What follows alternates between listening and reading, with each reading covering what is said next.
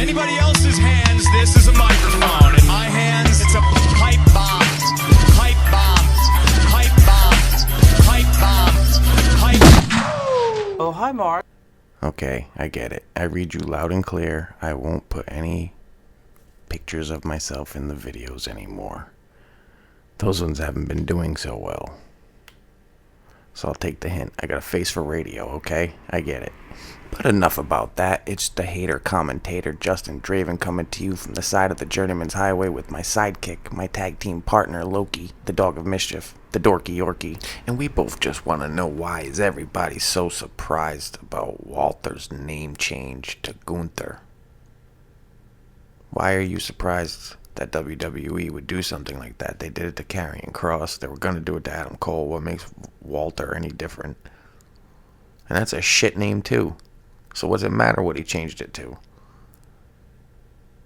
The minute he got called to the main roster, you should have knew there was some fuckery in the air and about to go down.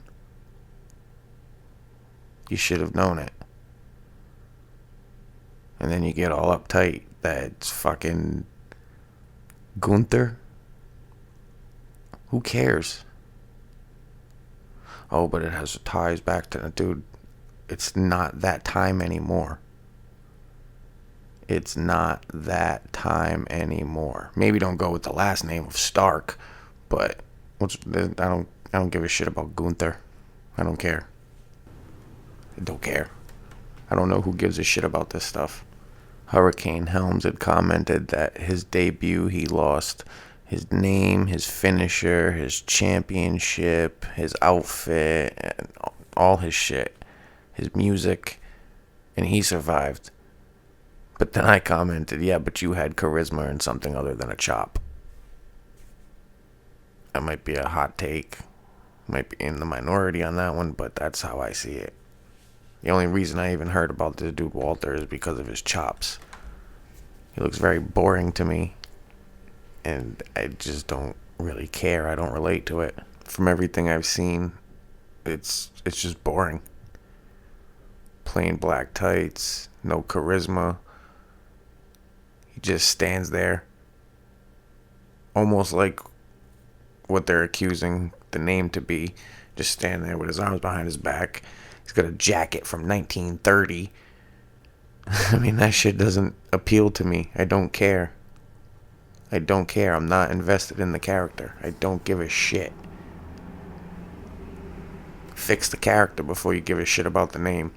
And furthermore, like I just said, when he stands there in his jacket with his arms behind his back looking like a Nazi, why would you be surprised that they name him after a Nazi?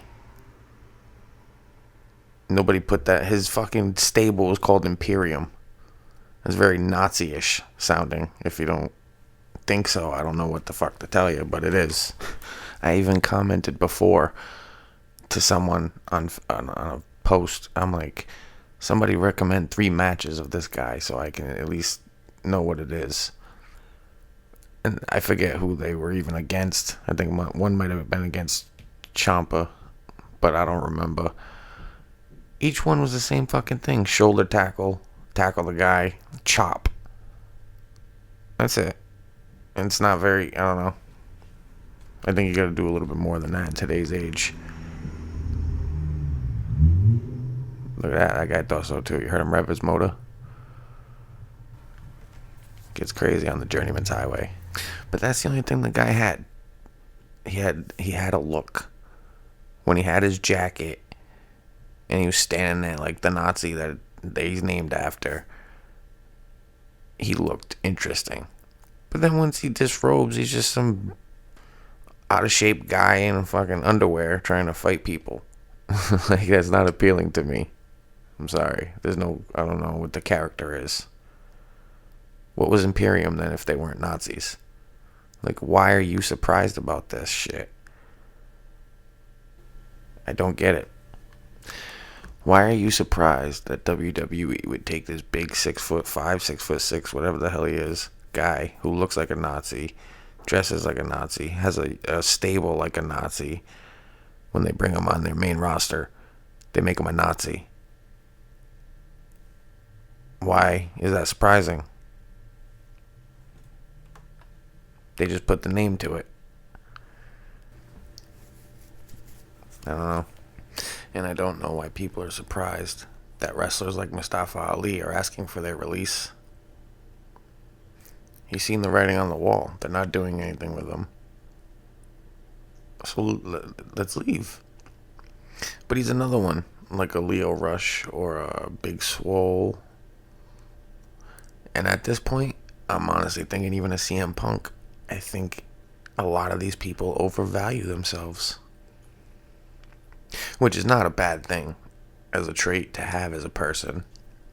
Always think that you're better. But no matter where he goes, yeah, he got the fan support now.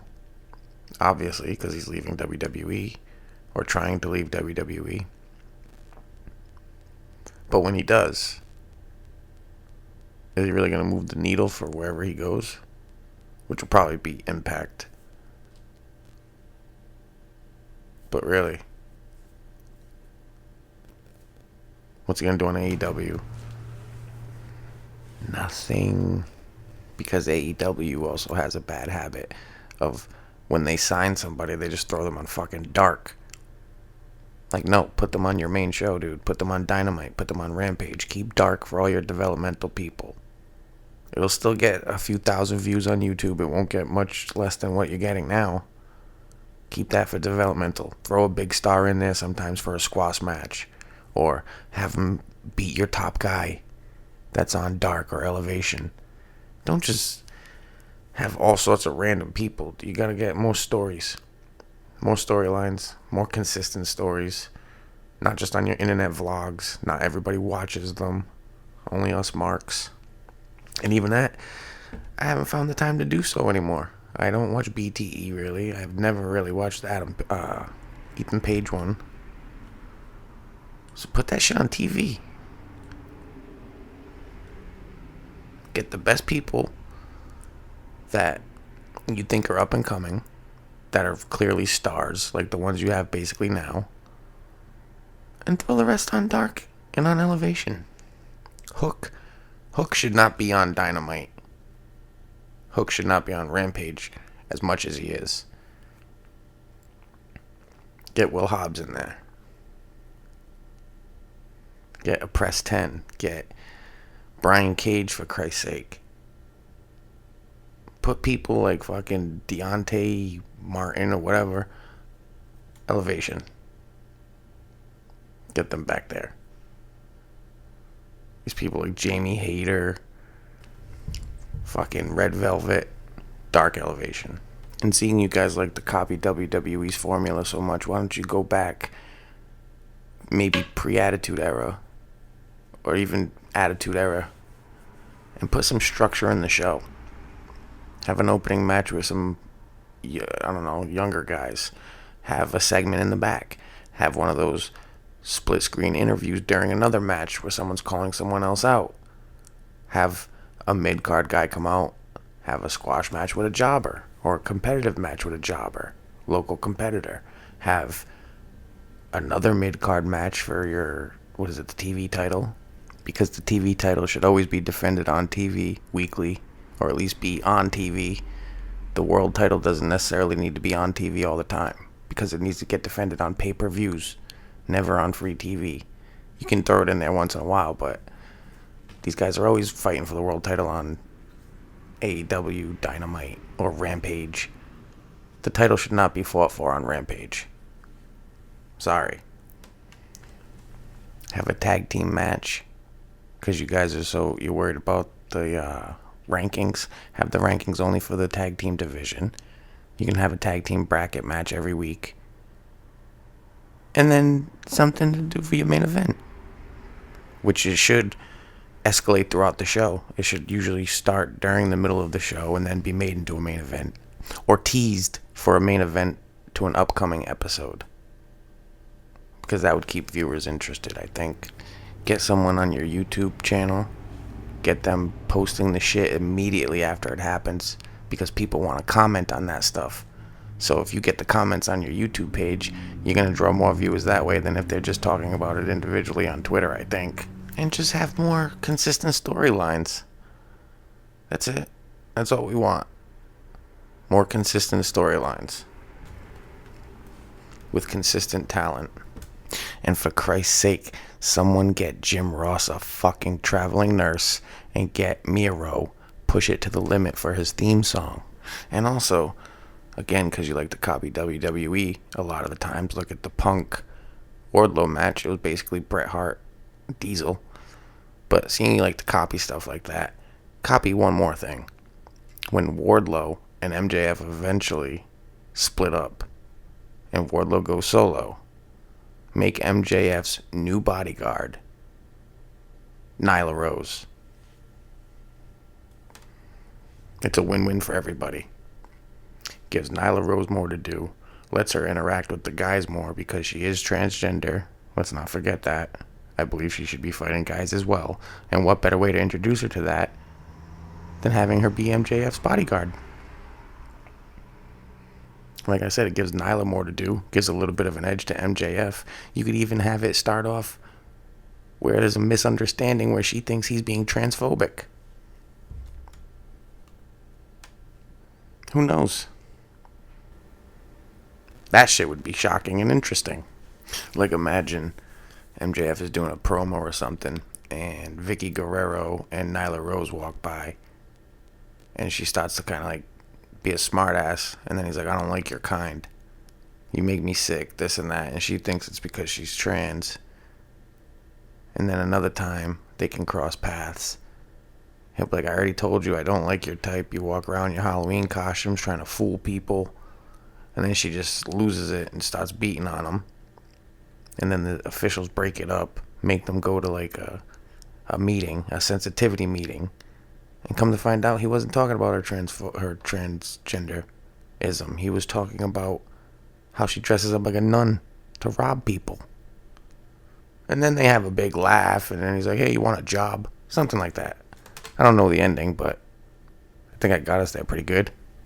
And it makes her look dominant. It makes MJF look like the shit heel he is. It's a win-win. And like I said, then she can mix it up with the guys, gives her more to do, gives her more TV time. It's more inclusive. Because God forbid, who knows what the hell they're doing with Sonny Kiss. They were all hyping him up or her up. I apologize. I don't know the terminology to use. But they were planning to use them. But that fell to the wayside. So if you really want to be inclusive and shock people and get them talking, I would do the Nyla Rose as MJF's bodyguard. Because maybe, honestly, the fan that had the Nyla Rose is this guy's dad sign that got kicked out because she got mad. Maybe that's part of some long-term storytelling, and they are planning to do some sort of story like that with her. I don't know. But they should embrace it, because I do remember when she first came out, they called her the native man beast. Now, not so much. They're leaning away from it, and maybe they're uncomfortable with it. But, I mean, you're on TV. It's known. Make some money out of it. Let's draw some heat. Put some asses in seats and make some fucking money on it. That's what you're in the business for. Play to the reality. Because not for nothing. I mean, I'm inclusive. I'm not intolerant to anything, really.